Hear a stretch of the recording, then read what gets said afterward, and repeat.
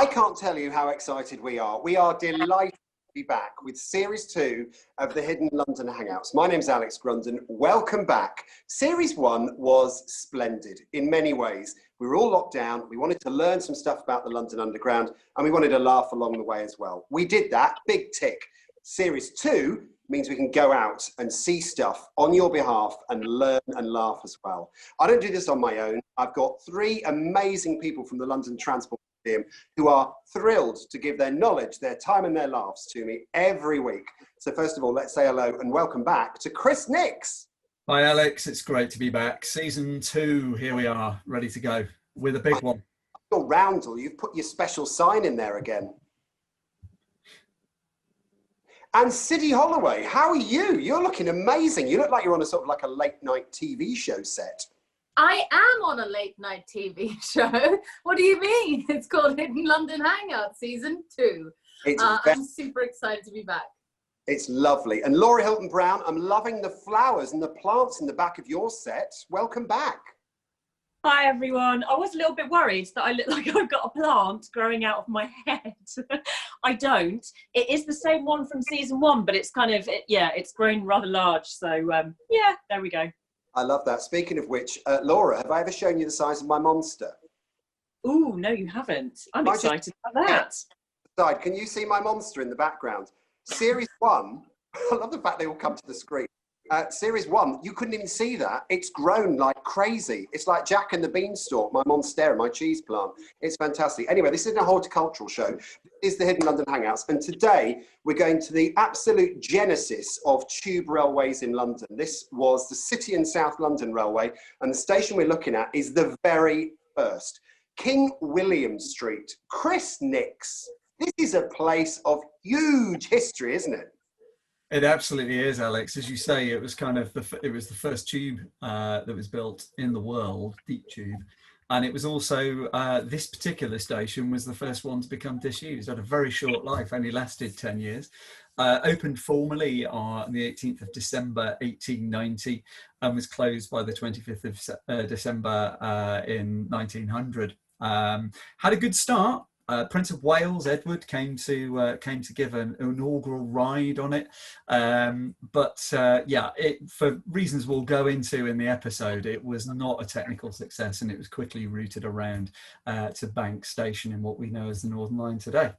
And we can't go down there now because of many, many reasons, not least of all because it's a building site now for a big project that's happening. We'll tell you more about that in a minute.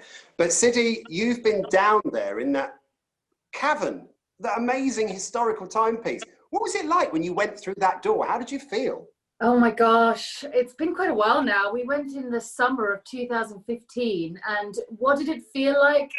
It felt like stepping into a very strange smelling sauna. It was incredibly hot. It hadn't been ventilated for quite some time, but just what you saw, I mean, and we'll show you some bits of it later on in the episode, but it was really like, I felt like my heart was beating out of my chest, and it was like going somewhere. It was like a place of legends. It was like entering through some sort of time portal into somewhere we shouldn't be, but it was really, really exciting. I love it. An old-fashioned sauna. I love it. Right in the heart of London. This is amazing. Now, one of the things in Series 2 that we could not do in Series 1 is get out and see each other. You can imagine, we just look at each other through the screen of a Zoom. But we actually can meet up in Series 2. We did, to find King William Street in London. And let me tell you, it all got a little bit giddy. Take a look at this. So the difference between Series 1 and Series 2 is that we're actually going to be hanging out together in Series 2. We're going to go for wine, coffee, it's going to be amazing, and we're going to learn about stuff in London and teach you some stuff too. And we are here just by the monument in London, and there's a plaque on the wall. Mr. Nix, tell us what all this is about. Okay, so this plaque commemorates the first underground system to tube railway in the world, and the terminal station in the north is just here at King William Street. In the south, Stockwell was the southern terminus, but we're going to focus on this one today. Woo! Hang on. What's the noise in the background? Oh yeah, what's that noise happening over there? So that's the Arthur Street shaft. That's where the bank upgrade project's going on. And at the moment, I think they're pouring some cement down there. There we are. Love that. Absolutely love that. And Laura, we met up, didn't we, at Monument Station. We grabbed a coffee, and that whole area around there is where this whole story is, isn't it? It is. And you and I, Alex, we haven't actually been kind of subterranean. We haven't managed to get down there. So maybe in the future we'll be able to, but it's super, super hard. So we were relying on Chris and Siddy and obviously all the literature and the pictures, which still massively brings it to life. But what was great is we could just kind of, you know, hang around on the surface and work out what we were stood above. And that was equally as exciting. There's some great themes about this station. We've got that it was abandoned, the huge engineering debate, that it's been reused over the years. I'd love to get down there, but when we could hang out on the streets, we're still cool, still cool. We did look quite cool, actually, hanging out on the street. So if you want to go and have a look at this stuff, you go to Monument, and you want to cut round just towards the north side of London Bridge. That's that corner near the little supermarket. So that's where we centred ourselves. Let's have a little look at the map of the tube line itself, the City and South London Railway, and the northern terminus of it was King William Street, the station we're talking about now. And when you look at that map, Chris, you can see that actually that is effectively a chunk of what's now the Northern Line. Yeah, that's right, Alex. If you look at the image on the left there, you've got the whole route, the whole extent of the world's first deep tube line. You've got from coming up from Stockwell in the south to King William Street in the north. But on the right-hand side, we've got the kind of the detail shot that we're really interested in, which shows you a very, very tight curve to the right there. As the tunnel comes under the Thames, it does this very, very tight turn underneath the street. To where the lift shaft would be next to Monument in King William Street. And that really is the first clue as to why this rather awkward station was not a technical success. Railways do not like tight curves, and they also don't like gradients, which we'll see why it had to go up a hill shortly. And I do love the fact that on that map there is also the sign Elephant, not Elephant and Castle, because of course the original station was called Elephant. So there's a little bit of that you can see in the Northern Line these days, but of course there is no King William Street, and we'll explain to you why it doesn't exist on the Northern Line as it is now. Now, when you look at photographs of the area, obviously at that time a lot of these were drawings rather than photographs, but there is a lovely picture of the platform itself. And I love, Chris, I love the tile work. We all love the tiles. Admittedly, they're drawn on. Yeah, so this is obviously an illustration rather than a photo, but it's a pretty good general impression. You can see there was actually only one bay platform at this station, just a single line coming in. And you can see there on the left-hand side, the entryways to the lift. And you get a sense that there were sort of banded decorative tiles on there, more of which later. Quite a dimly lit station, but because it was filled with white tiles, the light bounced around, and so it seemed remarkably bright relative to the lighting that actually served it. You can also see the tiny little locomotive that used to pull a simple 3-car train along there. Really doesn't look much like the tube that we're used to today, but that's how it all began. It's quite terrifying to look at in a funny sort of way. It doesn't look as friendly as the underground does these days. It does look a bit awesome. I love the idea of going back in time this far. We are talking about 1890. And the thing is, Laura, when we talk about just getting together and having a laugh, we were a little giddy, weren't we? Because we had to go then down to the river to look at how this tube station was dug.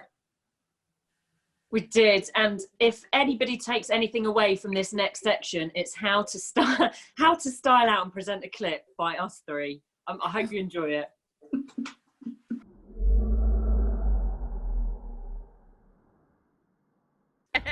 That's a picture in itself. It's not coming up, babes. Oh no! Lockdown's had bad. Glued down. Why is it glued down? For goodness sake. People like you can't see it. I might nick it or something, isn't it? Well, guys, here we are at Swan Pier. Yeah, lovely. There's no more pier, but that's where it used to be. Where's the tube trains?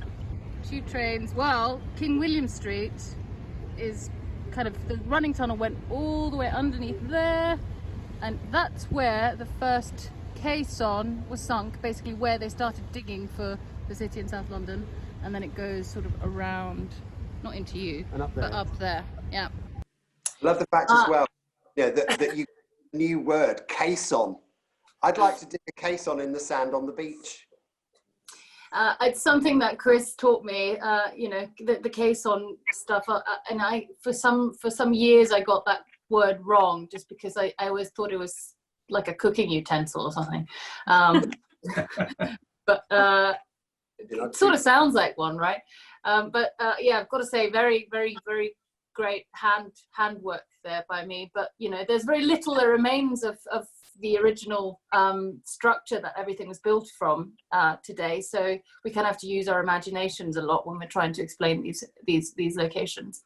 It's phenomenal though that they actually dug under the River Thames with all the water above it, and they did all this. It's a phenomenal situation. So we decided that we'd sort of mix and match it. So I then became the cameraman for a little while the girls decided to hoon around, and we went to basically the road under which or over which the tube line runs. So as you come, as the tube line approaches the bank, it goes then under London, if you like, the dry bit, and then it carries on towards King William Street Station. And girls, take it away with your favourite cameraman.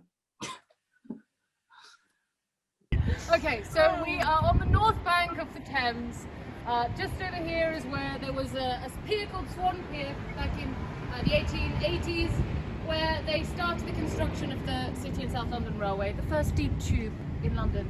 So it came sort of from there and all the way up that street into what's called Arthur Street. It had a mean old turn to it, which made it very, very difficult for those old locomotives to actually reach the old platform. Because there's a massive incline here as well, right? It's kind of a hill upwards, so should maybe go and show people that.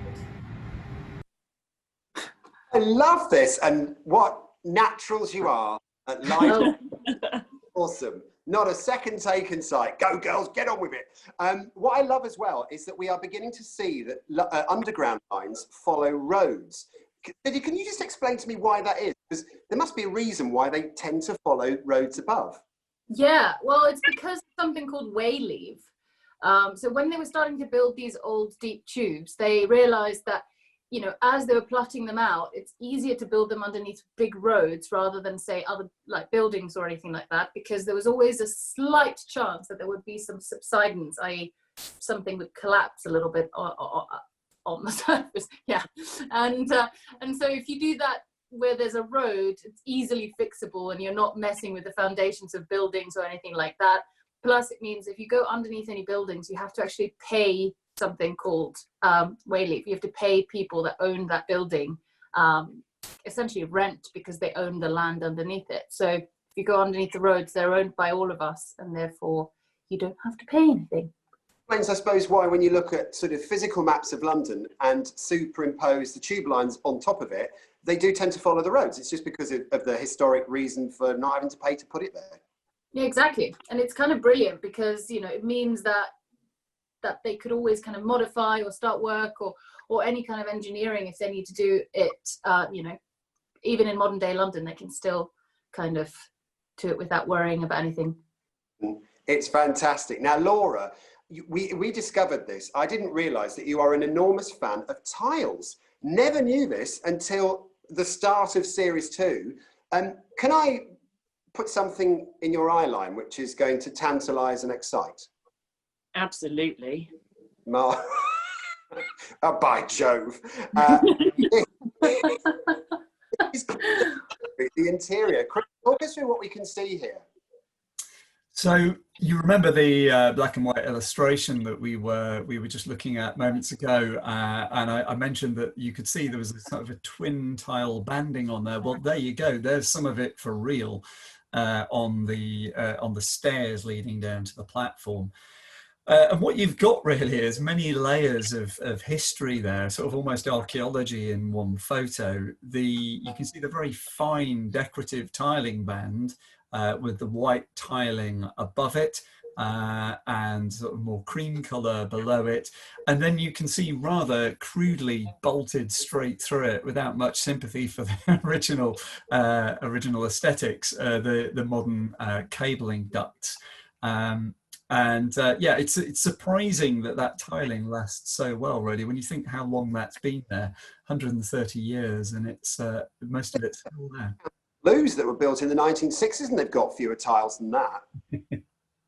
If we just hop on as well, can go down into the platform level here, and you can see this is that shot that we looked at that was illustrated. If we'd have just turned about 90 degrees to our left, that's what you would see. You can just see the bricked up way through to the lift shaft on the right hand side there, and off to our left is where the stairs lead in that we were just looking at. But you get about the Hangout as well is that we are literally looking at tiles from 1890. You guys have seen them. We get to see them now because we've got a photograph on the Hidden London Hangout. It's phenomenal that this stuff is still existing down there. It is. It's incredible that it survives that well when you consider that it went on to have a whole second life as a Second World War civilian shelter. And this is something we talk about on our virtual tours of the site in some detail. These layers of history are absolutely remarkable. It's similar to, you know, the story of Down Street, for example, where it has one short life, could have been left derelict, but then goes on to have something even more exciting happen to it in being repurposed. So yeah, it's amazing what survives down there. I just love it. Absolutely love it. Have you got one more for me? One more, because of course, as well as the platforms, you've also got the tunnels which go under the Thames. There you are. And that is the train running tunnel, is it? That's right, yeah. Very small compared with modern day standard, but you can see there that tunnel diving round a sharp left-hand bend underneath that street that we talked about, Arthur Street. You can see just how tight it is, and you can probably also see there just how steep a gradient it's on. Usually in photos you don't get any sense of how steep a slope is that you're looking at, but even on this photo I think you can see there it's dipping away viciously, and that's really why the trains struggle to use this. It's remarkable, isn't it remarkable? Because as you say, the steepness and the bends as well. And just to test this, okay, City decided to put us through our paces by making us do the walk up the hill that the trains had to do, okay? I'm an asthmatic, so it was going to be problematic for me. There was no cable hauling me to the top. It was not like some funicular railway in Scarborough. This was a big job, and this was us when we did it. Right guys, there's Arthur Street. Bit of an incline, would you say? It's very steep, Murray. Imagine if you're a train underground and you have to climb up that tiny little hill. So you want us now to go like a train? Let's go. Exactly. I need a bank.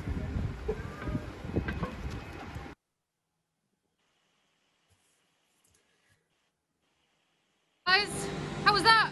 Bit of a climb? Yeah, it is a little bit. Well, we're now on the corner of Arthur Street and King William Street. There's the monument, and there is the entrance into King William Street Station. Back there, on the corner there. And now it's a work site. There we are. Still working up a little muck sweat myself, actually. I have to say though, Laura, I think we were rocking the denim, don't you reckon? Yeah, we did look a little bit like we were twinning. So I was just thinking to myself, it's the first time I've ever proved that we've got legs. Because up until now,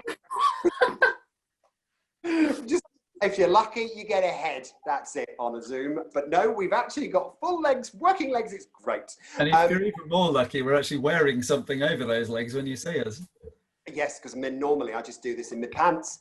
Now, I won't ask what you guys are all wearing. It's just... Chris, you hinted at it earlier and you said that it had been a wartime bunker in addition to that. But Chris and City, what else happened to this? Because unlike a lot of other tube stations we talk about that became derelict or unused, this was unused for a huge amount of time. This is the first tube station that shut. Yeah, it had a very strange life because, as Chris said, it wasn't even open for 10 years. It closed already in 1900 because of that sharp gradient and because of the sharp curve and the gradient. So it was sort of unusable, and therefore it wasn't used at all until the 1940s, really, when it was used as a private bunker for the offices that were on just above the station building. And then they used it as an archive for a little bit, and then honestly, it was just left kind of to its devices. That is until now, however. They have started doing something different with it now, but I'm sure we're going to get to that in a minute. I mean, I don't really, they tried several times to sell it or use it for other things. Remember, Chris, when we read that thing about it being a mushroom farm?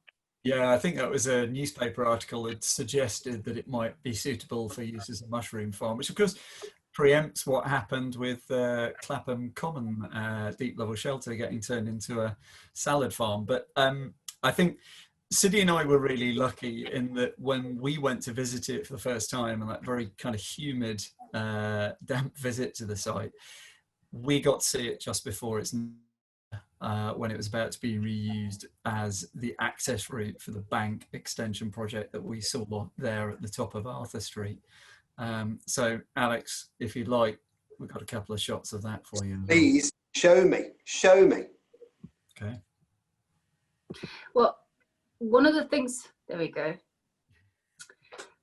So what we're looking at here, I'll just say is this is because they're actually upgrading Bank Underground Station at the moment, and the only way to do that without making a giant mess is to cut through Arthur Street and cut through King William Street and basically perform kind of keyhole surgery in order to upgrade Bank Underground Station. So over to you, Chris Nix. So yeah, this is one of the tunnels that these days they don't build in cast iron, they build in shotcrete. So you can see in the foreground there where concrete has been sprayed onto the walls of the dug tunnel to make it sound. And here we were making a visit, walking through the site when it looked just like a mine, really. And here's another shot, really just to hammer that home, where you can see we're stood in what will be ultimately the running tunnel, and then beyond that the station tunnel of the new Northern Line southbound platform. And just to be clear about that, Chris, yeah, what they're doing is that if you look at Bank Station now on the Northern Line, you've got two tracks that run quite close together with a very small set of passages between and a staircase down to the Docklands Light Railway. They're actually moving one of those tracks quite away from the other track, aren't they? They're actually making almost like a central concourse, filling in the bit where the current track is and moving it to the side. That's it. They're basically rerouting around the station to create a new southbound running tunnel and platform. And this huge subterranean endeavour, which does just look like a salt mine, something like that, is all going on a couple of centimetres away from people going about their ordinary commute. It's phenomenal. And actually, one of the things I wanted to ask you, Chris, and it's something that might actually join dots to anybody who's watching this, that people will be asking, why did King William Street just not do the job it was meant to do? Why did it shut? And part of that is because it was originally designed to be a station containing trains that were hauled by wires, weren't they? It was like a big turning wheel, and it was going to pull the trains towards you so it could go up steep hill and it could turn tight lanes. But then they changed the technology in 1880 something, didn't they? Yeah, so electricity was the new thing. It was the first railway of any proper size that used electricity, and it was really because it had to. It was the only viable technology that deep underground to move trains. But because it was the first, it wasn't terribly successful, and really they hadn't thought about how that station could be continued, how the line could continue through it. So King William Street was kind of really fated not to be the station that would then lead to the extension of the what we now know as the Bank branch of the Northern Line. And there is actually a fun fact, which is it was so difficult for them to actually gain access to places in the city to build the line. And that's why they chose the Arthur Street kind of way, because it's kind of the only wayleave they could secure at the time. And then when they decided to bypass King William Street and create London Bridge and then Bank, they actually built the original Bank underground station in a crypt. So it was built as a subterranean in an old crypt in the City of London, because that was the only sort of place within the city that they could acquire. I love this. I love this. And I don't know about you, Laura, but I think we are now getting to the point where we can go out and see these things. I'm feeling really left out that they've been to see it and we haven't. This is not fair, is it? I know, it's such a shame, isn't it? Because this station's got it's got heart, it's got history, it's got story, it's got emotion. It's difficult because obviously we can't take people down there. It's just not accessible in terms of physical kind of, Hidden London tour. But what I think the virtual tour of both here and Brompton Road really capture those lovely layers of detail around forgotten spaces. So King William Street it's just this space that's been reawoken over history at various times across the years with in different guises. And what I really love, there's a small snippet in the Hidden London book, and I think it's in about 1989, and a filmmaker got the chance to go down to King William Street, and he explains it as a strange, eerie experience with low-level mist kind of hanging in the air. I mean, this is the stuff that dreams are made of, right? What a great tour. He said it felt like being in a submarine and you could hear the kind of boats above you in the Thames. And he was actually quite spooked. I mean, that's right up my street and yours, right? So it's such a shame we can't go down there. But as I said, the tours that we're doing online do capture that. And I would love to go down there. I really would. And it's funny because we always have the conversation about how much of the tour material we can put in the Hidden London Hangouts.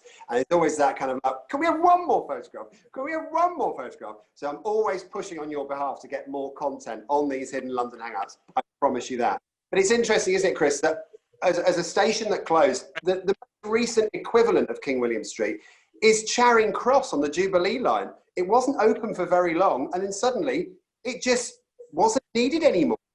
Yeah, you're right. I mean, Charing Cross managed a little bit longer, but for not dissimilar reasons. When the extension came along on the Jubilee line, it was routed past and now sits there, doing a little bit more work than King William Street. But yeah, you're absolutely right. And I think one of the things that we've really enjoyed about bringing these virtual tours forward is that these are places that were just impossible to take people, and now finally City and I have been able to share these places that perhaps only we had been to in recent times, and satisfy some of that curiosity that people have got.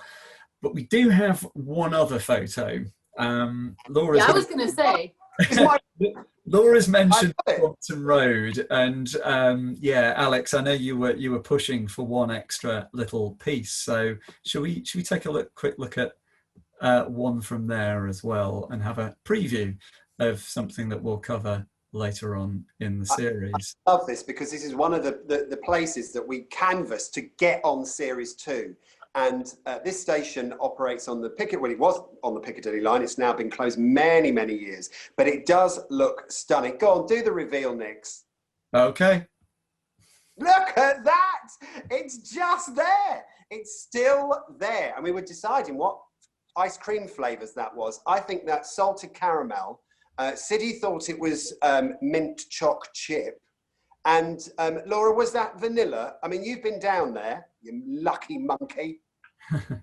I know. So we actually got to go a little bit nocturnal and subterranean recently, and Chris and I did a small jaunt to Brompton Road, and I'm super excited to bring this to you in a couple of weeks. It was literally like going into a time capsule, and I felt like we were just dusting away these amazing layers of history and story, and it blew my mind. It's going to be great. It's going to be great. I just love it because that tile work, that me and you, we love our tiles, and it looks so pristine. And I'm lucky, I've seen quite a lot of the other material that you'll be able to see on the Hidden London Hangout and also on the tours that the guys run. And it's been shot so beautifully. And that night down there, Laura, you were down there the other week, middle of the night, walking down the tracks, doing the whole sexy stuff, the great stuff.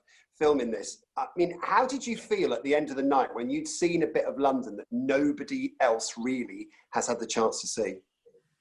Do you know what? It was super tiring and exhausting, and it's really dusty down there, and it was completely dark. You've only got the lights that run in the tunnels, so the actual station is pitch black. So you do kind of feel like you're in a little bit of a ghost tunnel. And even though it was exhausting, I think the adrenaline, and Chris can probably contest to this as well, the adrenaline was coursing through my veins for hours and hours afterwards. Incredible experience, and I feel really, really lucky that I got to go on that track walk and site visit. And that's totally mint choc chip, by the way. I'm in agreement with Siddy on that, just saying. Lovely. Well, listen, we cannot wait for that episode. That's coming up in series 2 as well.